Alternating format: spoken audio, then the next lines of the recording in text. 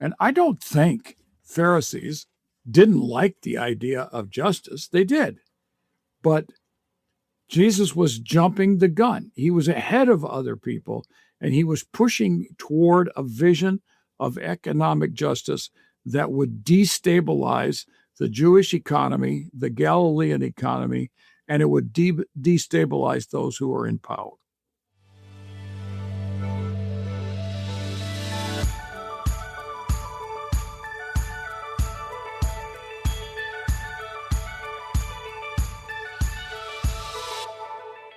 Hello, and welcome to the Shifting Culture podcast, in which we have conversations about the culture we create and the impact we can make. We long to see the body of Christ look like Jesus. I'm your host, Joshua Johnson. When I say the word Pharisee, what do you think? Well, most people in the church today would think hypocrite, legalist, religious spirit. Then what we do is we take all of those things and then we use that word as an insult to others, to which we feel like they have the same type of spirit as well. Well, Scot McKnight, our guest today, wants to reframe the way that we see Pharisees. He wants to let the story breathe so that when the Pharisees and Jesus were interacting, we could see that it wasn't just a theological debate that they were having. There was so much more going on behind the scenes. It was about charisma. It was about crowds. It was about power. So in this conversation, we talk about what charisma is, why economic justice sat at the center of Jesus' movement, the 7 things the Pharisees really were, and what it means to stop weaponizing the word against anyone we disagree with. So if you really want to see what was behind the story of Jesus and the Pharisees, listen to this. Join us. Here is my conversation with Scot McKnight. Scot, welcome back. It's a pleasure to have you back on. Joshua, good to be with you again. Yeah, I think this is number 5 for you. Is it really? Okay. Yeah, we're making it a regular occurrence. I love it. Yeah. We're going to be talking about Jesus, people, Pharisees today, reframing a little bit of how we see Pharisees, Jesus' relationship with the crowds. Let's start with Pharisees. What do people typically preach about Pharisees? What's the typical thought around Pharisees these days? Well, I have some choice quotes in the book about that. But a Pharisee is seen in most people's mind as an irredeemable character who is marked by hypocrisy, sham, pickiness. I think one of the words used is picayune. In other words, they are legalistic and killjoys. I think it was some great American writer who said that they wake up every morning worried that somebody in the world might be happy. So that's sort of the way people understand Pharisee. And as a result, I think that they fail to understand the way what the New Testament is saying, and what Pharisees are in reality. So it's that sort of thing. And I want to get to the reality of what Pharisees are. But before that, I want to say, because this is a historical type of memoir, so give me just the place and the setting of where we are in the story of Jesus and the Pharisees and the crowd. What is happening? And just set us up with the context of this story. Well, Joshua, the Pharisees appear in the Gospels often. I mean, there's lots of references to them. But Jesus is in Galilee. This is where his ministry is predominantly. He is in Capernaum. That's where I think people should just imagine themselves. And that Jesus is successful in that he preaches and teaches in ways that people are drawn to what he has to say. He acts in ways that people are even more drawn to what he's doing, because of the attribution of miracles at the redemptive level. He's healing people who are, Matthew 11 verses 5 and 6 say it like this. The blind receive their sight, the lame walk, those with skin disease are cleansed, the deaf hear, the dead are raised, and the poor have the good news brought to them. So Jesus is doing these sorts of things. And here's the critical thing. All of a sudden, Pharisees appear in text. Jesus and his disciples are walking through a farming area, and it's on the Sabbath, Shabbat, and the disciples pluck off the top of wheat some grains and eat it. And the Pharisees evidently are watching them. Why they are, I don't know. They could be walking around with Jesus as well. But they criticize them evidently for working on the Sabbath. Well, then that story turns into Jesus in a synagogue, assembly hall. Community center is the best, I think, one of the best ways of understanding a synagogue. And Jesus can heal a person, and they want to know if he's going to heal someone on a Sabbath. And because they don't think that this is appropriate. Jesus then exorcises a demon from a man. This is what I say is Hemingway prose, verse 22. They brought to Jesus a demonized, demon-possessed man who was blind and mute, simple sentence. He cured him, simple sentence, so that the one who had been mute could speak and see. That's Hemingway type prose. All the crowds were amazed, and they were saying, can this be the son of David? Messianic idea. But when the Pharisees heard it, and that is, they heard the crowds, they said, it is only by Beelzebul, the prince or ruler of demons, that this man casts out demons. So here, Jesus is doing these marvelous things, and the Pharisees seem to be itching to criticize what he's doing. I think this is the context in which Christians understand Pharisees, and largely in the way that they are presented in the pages of the Gospels. And I was looking at the Gospel of Matthew, where the Pharisees figure even more. So that's sort of the context. There's tension. There's lots of tension there. Why do you think that there's tension there? Is it primarily theological, or is it something else? Okay, this is the question. And this is the heart of why I wrote this book. And we don't, in the academic world, we don't get to our conclusions too quickly because we might give away the secret, the story. So here's what happened to me. All right, I grew up believing what everybody else had said about the Pharisees, that they were a bunch of hypocrites. And so it was not wrong. It was not unconventional or uncustomary for someone to see someone in a church or a setting and say that that person's a Pharisee or they're Pharisaical. Okay, I grew up with that. When I was a doctoral student, I read E.P. Sanders' famous book, Paul and Palestinian Judaism, which was really a book that this revolutionized my mental framework, that book. And it did the same with many, many people. The big outcome was Pharisees were not seen as legalistic. Jews were not seen as legalistic. Judaism was not a works religion.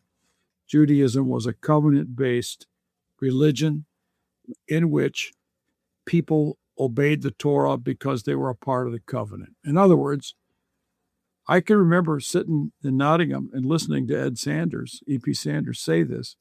And I remember thinking, his understanding of Judaism is the way I understood and understand the Baptists that I grew up with. In other words, I could say they were legalistic, but if you ask them, they believed that they had been saved by grace and that therefore they didn't drink and they didn't do certain things because they were saved by grace. It was a grace-shaped way of life that they were able to construct and create a community that lived like this, and people who didn't live like this were not saved by grace, or they were failing in their life by grace. So I grew up, and Sanders completely revolutionized my thinking, and it made me conscious that I needed to talk about Jews in the New Testament differently not based on works, a religion that was based upon the covenant God made with Israel. But it also gave me a constant irritant in how the Pharisees were presented in the Gospels. All right, over and over and over, they're criticized. And over and over and over, I hear sermons and I hear people saying Pharisees are legalists. And I hear this. I remember a church that we were attending. Sometimes the pastor would call me and say, if I say this about the Pharisees, will I be accurate? They were worried about me sitting in there going, no, don't say that sort of thing. But I was sitting one time at Willow Creek, and this is why I wrote Jesus Creed. I heard Bill Hybels say some things, and I said, I have to write about Jesus in a way that counters this. And that's the origin of my book, The Jesus Creed, in 2004, so 20-some years ago. So I grew up realizing that this is the way people were going to talk about Pharisees. They were going to always accuse them of being killjoys and hypocrites. All right, so I did my best as a professor. I did my best as a writer, and I at times failed to realize that when I talk about the Pharisees, I too often pose them over against Jesus and make Jesus look better. So I've worked at that, but then not maybe, I can't tell you the exact date. I think the book is right here somewhere. This is the book by Amy Jill Levine and Joseph Sievers, collected some essays in 2021 with the title, The Pharisees. And when I read the book, I said to myself, I have to work this out for myself. I have to go back to the drawing board and work on the Pharisees. So the book that just came out, and it just landed on my porch this week. So you're really up to date. I didn't have copies until this week, is my attempt to put together what the Gospels say about the Pharisees. And I think that book by Amy Jill Levine and Joseph Sievers, they're the editors. It's a great collection. And I know they're doing a second volume on it as well. Let's get back into the context, and then we'll talk a little bit about the Pharisees and maybe reframing the Pharisees that we see. You start with charisma and Jesus and charisma and the crowds and building a people movement on Jubilee, on economic restitution. When he rolls out the scroll of Isaiah in Luke chapter 4, this is the moment of Jubilee. What is charisma, and how is that used in this people movement that Jesus is building?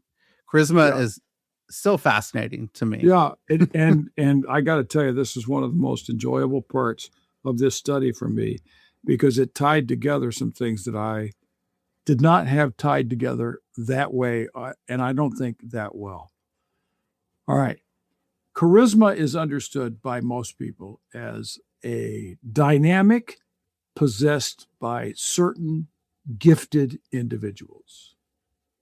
So we would say that Andy Stanley is charismatic in the sense he has charisma. Now, we also use the word charismatic, of course, for people who speak in tongues, etc. But that's not the point. Charisma is understood at a social level as someone who has a skill that exceeds what other people have. So they're really good at what they have. Sociologists have broadened the sense of charisma in a way that has changed its meaning. If the former generation, and it's represented by the famous German sociologist Max Weber, the newer understanding is that charisma is a dynamic that occurs between an audience and a person. So that to say that Jesus had charisma was not simply to say that the guy could really speak public. Let me interrupt this. The Apostle Paul's criticism by the Corinthians basically was that he did not have charisma. Is that they would consider 2 Corinthians 10:10, your public speaking is terrible. All right. So Paul, we have to imagine that Paul did not have that charismatic gift that we would associate with successful preachers. But Paul was amazingly characterized by charisma because the audience was attracted to him and it propelled him. Jesus had charisma because he had a relationship with ordinary people in Galilee in such a way that he spoke their language, and Jesus himself, learned from them the language that he needed to speak to them. So it was a back and forth. And I read a scholar who said, his name is James Crossley, who said if Jesus hadn't appeared, someone like him would have somehow. Well, that's a little too much for Christians, to say that there's another Jesus on the rise. But I think that there's something to what he's saying, namely that Jesus was able to capture the vision and speak that vision in ways that drew the crowds to him. But at the same time, Jesus needed those crowds in order to speak the language that he spoke. It's a back and forth. That's charisma, and it characterizes the whole of Jesus. And this has been the center piece of my study of the Pharisees, is that what made Jesus dangerous and what gave Pharisees grounds for criticism is that Jesus had the crowds on his side. He was popular in that sense. He was to mainline churches what Rick Warren was in California, what Andy Stanley is in Atlanta, what Bill Hybels was in the northwest suburbs of Chicago. They are drawing the crowds. And as a result, Jesus is drawing the crowds. The crowds are drawn to Jesus. They're saying, this is the guy that is saying what we once said. This is the guy who sees our problem. This is the one who can bring us redemption. And Jesus then had the relationship with those kinds of people to be able to listen to them so well and capture their vision that he could bring this all together. That's the charisma that Jesus had. You quote Molly Worthen here in her book Spellbound, as she talks about charisma as a relationship between the leader and follower. What then she goes on to say is that charisma and those with charisma have been distinctly off-putting, if not downright repulsive to observers who are outside the power of the story that they tell. And Exactly. so that's one of the tensions that happen, right? The people that find themselves outside of the story, they're going to find Jesus repulsive as his message. We got to stop this or shut down the crowds, tamper them down because we don't like that. Where do you see that come into play with Jesus? Well, this is exactly what happens then. Jesus is in a charisma envelope in Galilee with the crowds. He is attracting crowds. I mean, if you go around healing people, you're going to attract crowds, okay? But if you then speak their language, you're going to seal the crowd's interest in you. And if you promise those crowds a transformation of their life and their society, you're going to attract even more. And that's what Jesus did. But as you just quoted from Molly Worthen, who is the one who sent me on to the theme of charisma, as you quoted her, is that people on the outside may very well become critical. And that's what happens with the Pharisees. This is the dynamic that I explored that I think is ignored in most scholarship about Pharisees, because I'm just fascinated by this question. All right. The Pharisees' responsibility was to keep the crowds in line. And this is something that ordinary Christians simply do not understand. The Pharisees were popular. And I imagine you want to talk about characteristics of Pharisees, but let's keep it in this theme of charisma. Because of the charisma that is surrounding Jesus in the crowds, the Pharisees, in a sense, are losing status with at least some in the crowds. And they recognize this. It's not simply, it's not simply a pastor saying, you're going to another church, which would hurt most pastors. It is some of that. But the point is that all of a sudden, there's something going on in this kingdom network, this kingdom movement that Jesus has created that is drawing the people into a new orbit. And that orbit was the responsibility in some ways of the Pharisees. So that's the charisma and the opposition that I think we need to talk about in the Gospels. I mean, I think we could bring it back into ourselves. Like, if I feel like my job is to make sure that the crowds are in line, and I want to keep things smooth. I think one of the things you talk about the Pharisees is they want to smooth stones, right? They want to make sure that things are smooth and easy. And I'm playing almost both sides, making sure that I have one foot in the halls of power of where people are, and I have one foot with the crowds, and I'm the one in tension. It's really difficult if something is off balance. That means that I'm off balance.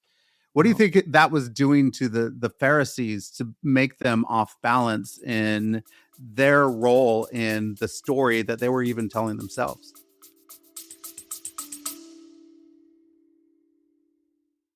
Hey everyone, thank you so much for listening, and thank you for supporting the show. If you'd like to support the show and get early ad-free episodes, you go to Substack at shiftingculture.substack.com, and with your subscription, you could have a private podcast feed in your podcast app where you get to download early episodes before anybody gets to listen to them. You could also support the show by going to the support the show link at the bottom of the show notes in the app that you're using right now. That goes to a page that supports the work my wife and I do around the world. That donation is also tax deductible. So if you want a tax deductible donation, you could go there. Or if you want to support the show by leaving a rating and review on Apple Podcasts or Spotify, that really helps new listeners find the show as well. So thank you so much for listening. Thank you for your support. And thank you so much for supporting this work so that we could see the body of Christ look more like Jesus. Well, okay, this draws in the whole point, the thesis that I'm drawing out in the book, and that is, if you study the Gospels carefully, you will notice, and I was so glad when Dale Allison wrote a blurb of the book and said, finally, someone's looking at the crowds. The crowds appear everywhere in the Gospels. They're all over the place. And I even included a full concordance of the terms about crowds in the Gospels at the end of the book. The crowds are everywhere. This concerns the Pharisees, but it concerns even more Jerusalem. It concerns the high priest in Jerusalem, whose name is Caiaphas, Joseph Caiaphas. It concerns ultimately Pilate, who's in Caesarea Maritima, who is also connected to Rome. It concerns Antipas, who is the king or whoever is the leader, a Rome-based leader in Tiberias, which is visible for Jesus when he's in Capernaum. He can see Tiberias. He knows where Antipas is. And some of the inside circle to Antipas are connected to the followers of Jesus. All right. So it concerns those leaders that there's a crowd developing. And even more, it concerns Tiberius.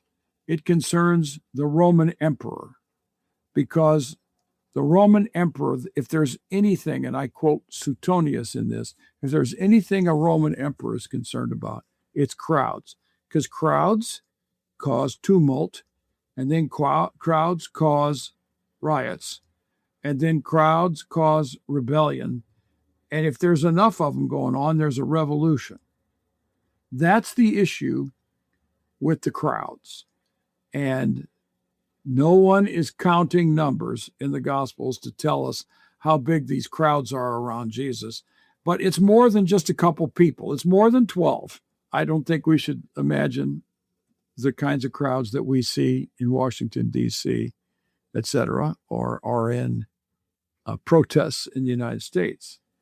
But we should imagine a sufficient number of people are interested in Jesus with enough disturbance, as it were, that it got the Roman leaders and the Rome-appointed leaders in Galilee and in Judea concerned about Jesus.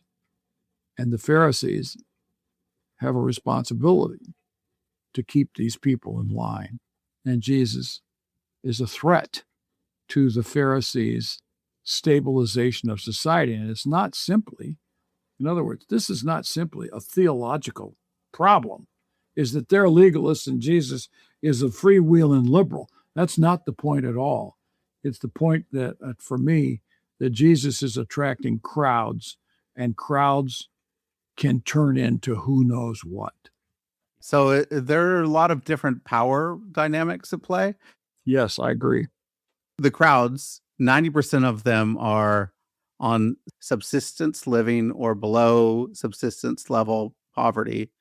What's happening in these power dynamics with Jesus and the Pharisees when it comes to especially his vision of economic justice for the poor? It's a good point. A significant number of Jews, Galileans, Judeans are living at the subsistence level, which means any kind of disruption in weather, in economics, in a bad economic decision, and you have people who are really upset. You have disruption. Okay. Jesus promises economic justice. And he didn't say this because he was the first. Jesus is connected to John the Baptist, and John the Baptist has an economic vision that makes a Democrat think that they're conservative. The crowds asked John the Baptist, "What should we do?" And John says to the crowds, "Whoever has 2 coats must share with anyone who has none, and whoever has food must do likewise."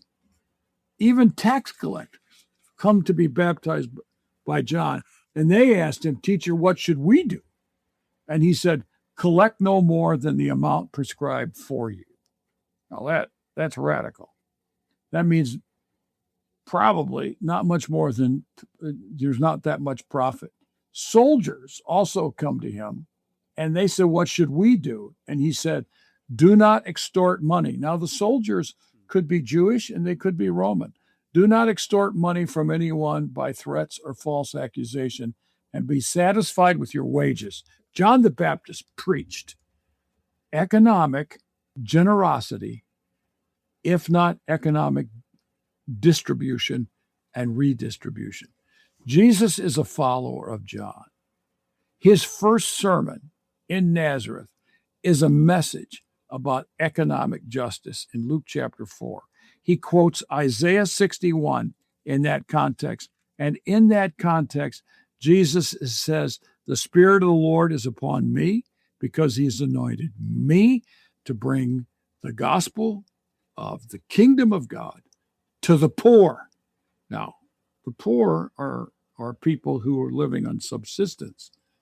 He has sent me to proclaim release to captives. This is people who are probably in debtor's prison, and recovery of sight to the blind, and to set free, to liberate those who are oppressed, and to proclaim the year of the Lord's favor. This is the language of Jubilee from Leviticus chapter 25. So John preached economic justice. He gets it from Deuteronomy. Jesus preaches economic justice. He gets it from John the Baptist and from Deuteronomy and the prophet Isaiah. The vision is the poor are oppressed because of oppressors, And Jesus wants the poor to be liberated, and he wants to start a movement that would be characterized from bottom to top of economic justice. Well, I think the crowds like that. And I think it's pretty obvious that they did. And I don't think Pharisees didn't like the idea of justice. They did. But Jesus was jumping the gun. He was ahead of other people, and he was pushing toward a vision of economic justice that would destabilize the Jewish economy, the Galilean economy, and it would destabilize those who are in power. All right. Now, this, Joshua, this is something that if you'd have said to me 30 years ago, I would have said, this is liberation theology. I probably would have said this is the social gospel. I didn't know about liberation theology probably 30 years ago, maybe a little bit. I guess I'd heard of Gustavo Gutierrez. And I think that the social gospel of Rauschenbusch, and I think the liberation theology of Gutierrez has their hand on significant texts in the Bible and in the vision of the kingdom of God that Jesus and John the Baptist preached. And I think that this is a part of the dynamic of why the Pharisees are irritated with Jesus. And I am utterly convinced that this is one reason the crowds loved Jesus. Redemption for him was holistic. Yeah, it's a holistic redemption. So how do we reframe the way that we see Pharisees in light of all of this? Because so far, as we're looking at this context, I'm like, okay, now we know that it's mainly not just theological. Maybe there's power dynamics at play, and they're trying to make sure that there's stabilization in the land, and the land is stable. What reframe happens for us, for the Pharisees? Who are they, that we don't just call people out as pharisaical and heretical? Okay. I don't know if you preach, but here's what I say to my students. When you talk about the Pharisees, every time you're going to talk about the Pharisees, process what you have to say through these 7 categories of the Pharisees. And these 7 categories are not based upon the Gospels directly. Indirectly, they're confirmed. They're based upon a contemporary writing about the Pharisees by people who are not Pharisees or who were former Pharisees. I'm talking especially about Josephus, the Dead Sea Scrolls, and in part some of the rabbinic writings about the Pharisees. All right. Not much Maccabees. We get a little bit. The first thing is the Pharisees were politically cautious. And I'm going to go through all 7 of these pretty quickly. Then you can ask questions about one of them. They were politically cautious. Their basic beliefs and observance were characteristic of Judaism. All right. And that would mean Jesus and the Pharisees overlap dramatically on their basic beliefs. All right. They were observant of the Torah, and in my Second Testament translation, I translate Pharisees with the word observant. These are those who are observant, but they're precise in their observance. So, to me, they're evangelicals in that sense. Evangelical Christians say, no, that's not what the Bible says. So they're precise. That's the way the Pharisees were, all right? They were, however, also progressive or expansive in the law. And I like to look at the Pharisees as people who were expansive judges on interpreting the law. Activist judges is what conservative Republicans call Democrat appointed Supreme Court justices. And we've got activist judges right now from the right, is that they're trying to advance the agenda of the right. But the Pharisees were progressive. Now, this is important to understand. In the first century, the Pharisees were not seen as conservative, legalist, picky. They were seen as progressives. They were the liberals of the Jewish society because they were willing to expand the law to include practices by people that were struggling with the way to understand the law. So let's just say that you asked the question, can we pick grain from the wheat fields on the Sabbath? What Jesus says to his disciples would have been seen by other people as that's the way Pharisees act. So the Dead Sea Scroll community, the Essenes, had all kinds of negative terms for the Pharisees, but they called them loose they were seekers of smooth things. Now that's the language that I grew up with for liberals in my community. So the Methodists and the Presbyterians, they were seekers of smooth things. All right. They were popular. Another characteristic is that they were popular. And this is stated by Josephus so many times that it's got to become a characteristic. In a sense, they had some charisma. The Pharisees did. As Josephus says, they were extremely influential among the townsfolk. And the people had to observe their teachings because the multitude would not otherwise accept them. They were prophetic. The Pharisees were prophetic. Now, I think that this is a minor characteristic. I don't know how characteristic it is at the time of Jesus, but the Pharisees at times had people who arose out of their midst who had prophetic gifts and would speak a word about what needs to happen and what's going to happen. The final characteristic for me of the Pharisees is that they were agents. They became mediators. Think of it this way. Think of Jerusalem with Caiaphas and the priestly establishment around him who are answering perhaps to Pilate, and Pilate is answering to Tiberius in Rome. Actually, he's not. Sejanus is. Tiberius is on an island off the coast of Italy. All right, so the Caiaphas has to answer to Rome. He's got to keep Rome off his back. Yep. And the minute he starts having riots and rebellions in Jerusalem, Rome is going to be breathing down his neck and get rid of him or come in with their army. The Pharisees were mediators between Caiaphas, Antipas, ultimately Pilate, and Tiberius to the people. They were the mediators. If Caiaphas needed to know what's going on with the people, he would solicit Pharisees. Now, this is a stereotype, but it's the general hypothesis that I work with, is that he would have sent Pharisees to find out what's going on. So we find in the Gospels numerous times where the Pharisees or the scribes have come from Jerusalem to Galilee to figure out what in the world's going on with Jesus. I see them as moles, as information carriers, as reporters. Their job is to go back and inform the leaders what's going on in Galilee with this Jesus guy and this language about the kingdom, which is scary.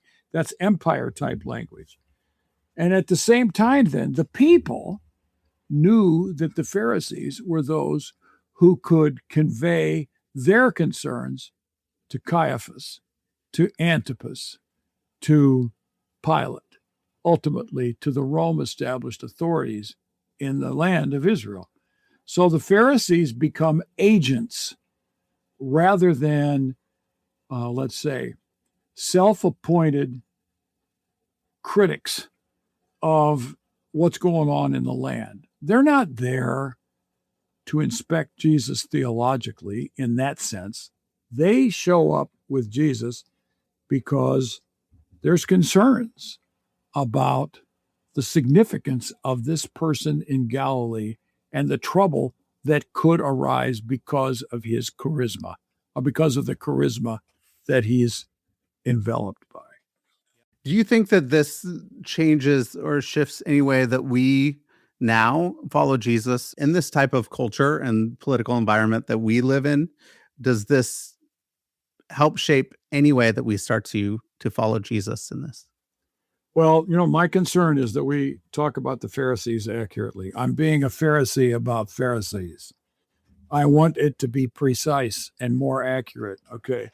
I think that we see similar situations in the church and in the United States today that we see in the pages of the Gospels. We see people with a little bit of a progressive slant who somehow are drawing the crowds, and we find critics of those leaders who are drawing those crowds, and that is the dynamic of the Gospels right there. I think the criticism that we see in evangelicalism, let's just say that Pastor X on the corner now all of a sudden is having to build a new building because he's going to have 5,000 members in his church. And the local Baptist church only has 400, or the local Presbyterian church only has 400. And they decide that this guy's a little bit liberal and he's telling people what they want to hear. Okay. My problem with saying that these mainline leaders or these Baptist leaders are being Pharisees is that they're not understanding that the true Pharisees in the United States today would be the popular preachers, and the critics would be more like the Essenes, or they would be more like the Romans than like so the critics of Andy Stanley's church are not the Pharisees. Andy Stanley is the Pharisee. Now, don't tell him I said that, because people think of Pharisees as negative. He's got a way of communicating with the people that the people want to hear. That church, that movement is the charisma of the first century. Okay. The critics of that right there are not the Pharisees. The critics are the Essenes, maybe the Zealots. They are the temple priestly establishment, not.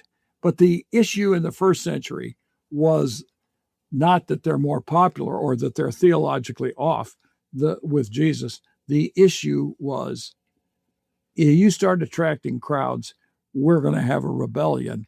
We could have riots. We could have a revolution. Rome is going to come take over, and we're going to be all in trouble.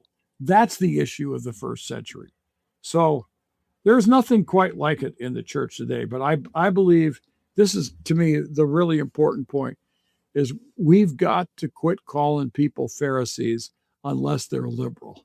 And when you do, people will go, I don't know what you're saying. That doesn't make any sense to me. So, and then I'll say, good. So don't use the word. Don't criticize. But I tell my students all the time, you can't call anyone a Pharisee in my class. I like it. I think that's a great place for us to be. I want to get back into a little bit of charisma. What I like about Molly Worthen's book, and I think it was one of my favorite books I read last year, but because it talks about the different movements in America and how charisma was yielded to bring about these people movements. It's what Jesus was doing, right? It's bringing about this people movement. It seems like there's competing movements that are happening today. So you're looking at an anti-institutional type of move and a charismatic move to almost tear down institutions and then maybe build something new. That seems new. But then there's also a charismatic movement that wants to make sure that the establishment is still established, right? We are settled in who we are. It's the charismatic of the MAGA group. Trump was a good storyteller. People want to be part of that story. It's like, we've lost some things. He's going to bring back what we have lost. How do you think that this Jesus movement that we're still caught up in can bring about some real change in competing charismatic stories that we're seeing today? Where can this Jesus movement actually take hold in America? I want to say that all the church rivals that you brought up here, all want to think that they're a part of the Jesus movement. Okay, so all right, so I'll just say, let's not pretend that there's only going to be one group that has any connection to Jesus. But let's just say this. If you're going to be connected to Jesus consistently, you're going to embrace his dynamic vision of the kingdom of God. So I want to know what you mean by kingdom. And I've worked on this pretty hard in a book called Kingdom Conspiracy. All right. So, and I believe that too many people have embraced the word kingdom with really weak definitions. It's not connected to Jesus. But let's just say these are some of the characteristics. Let's just say that the major characteristic of the kingdom of God is holistic redemption at the hand of Jesus and a life that is consistent with that holistic redemption that Jesus presents. All right. Living together in community. All right. So let's say this.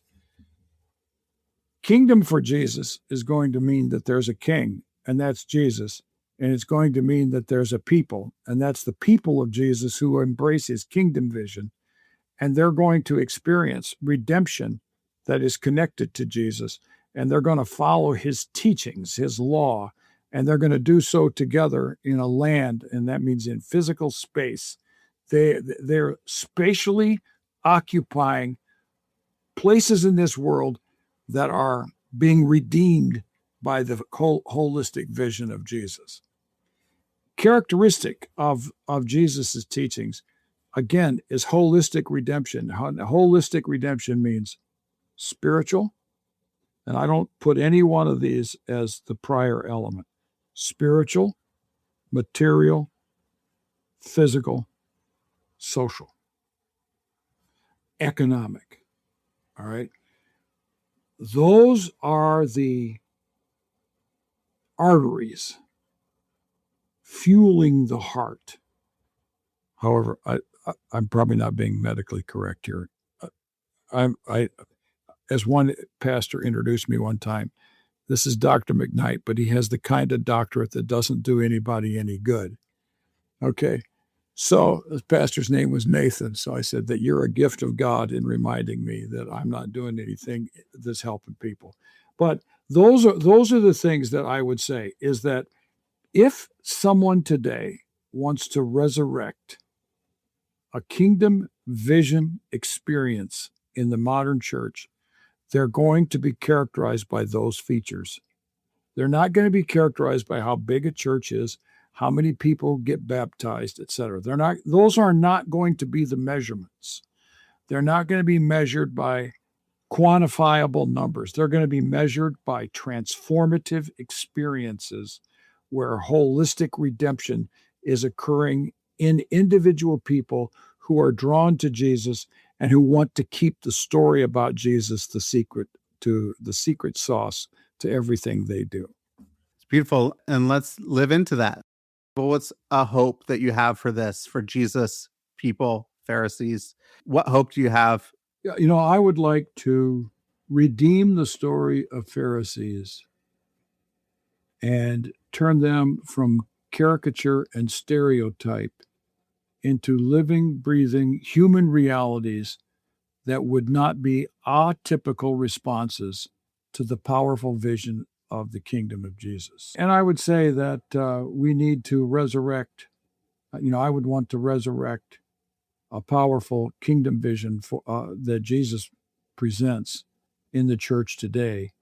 But in doing so is to redeem, to rehumanize the Pharisees out of being stereotypical legalists into people who had a genuine responsibility to keep people in line, and they had to go after Jesus because he was causing trouble. That's good. I'd love to get a recommendation from you. So anything you've been reading lately that you could recommend? I just read a book by a woman named Laura Field.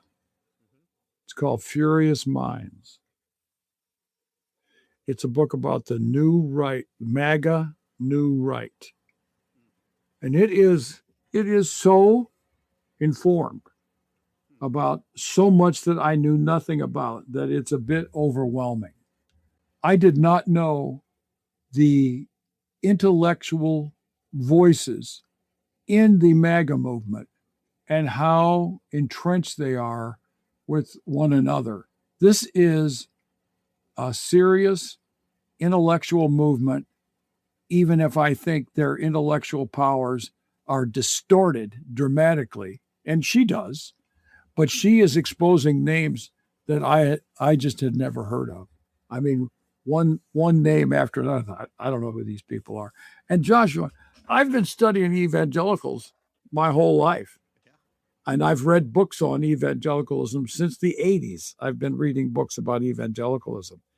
And this MAGA movement is populated by a series of people that I just knew nothing about. I have a Substack about it. I don't know if it was today or yesterday. And I characterize and I sketch what's in this book.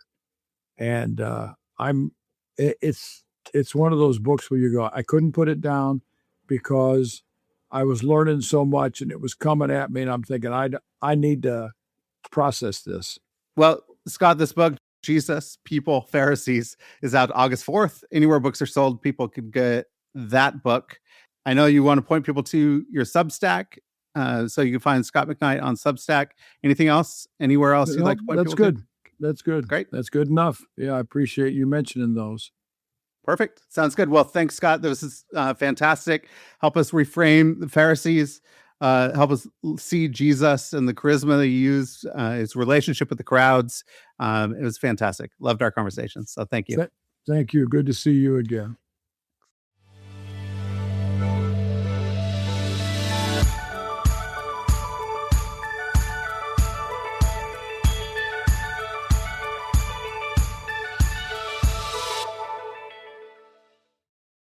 Thanks for listening to this episode of Shifting Culture. This show was edited and produced by me, Joshua Johnson, at Shifting Culture Productions. If you're enjoying the conversations, consider supporting the work by subscribing at shiftingculture.substack.com. For as little as $5 a month, you'll get ad-free early access episodes and other exclusive content delivered straight to your inbox. I'd love for you to not just listen, but engage. Reach out. Share what's resonating, and let's keep shaping culture together. Whether you're a listener with feedback, a creative with an idea, or a brand looking to connect with a thoughtful, engaged audience, let's talk. If you're interested in advertising on the show, I'd love to hear from you. Contact me directly for rates and availability. Until next time, let's keep shifting culture.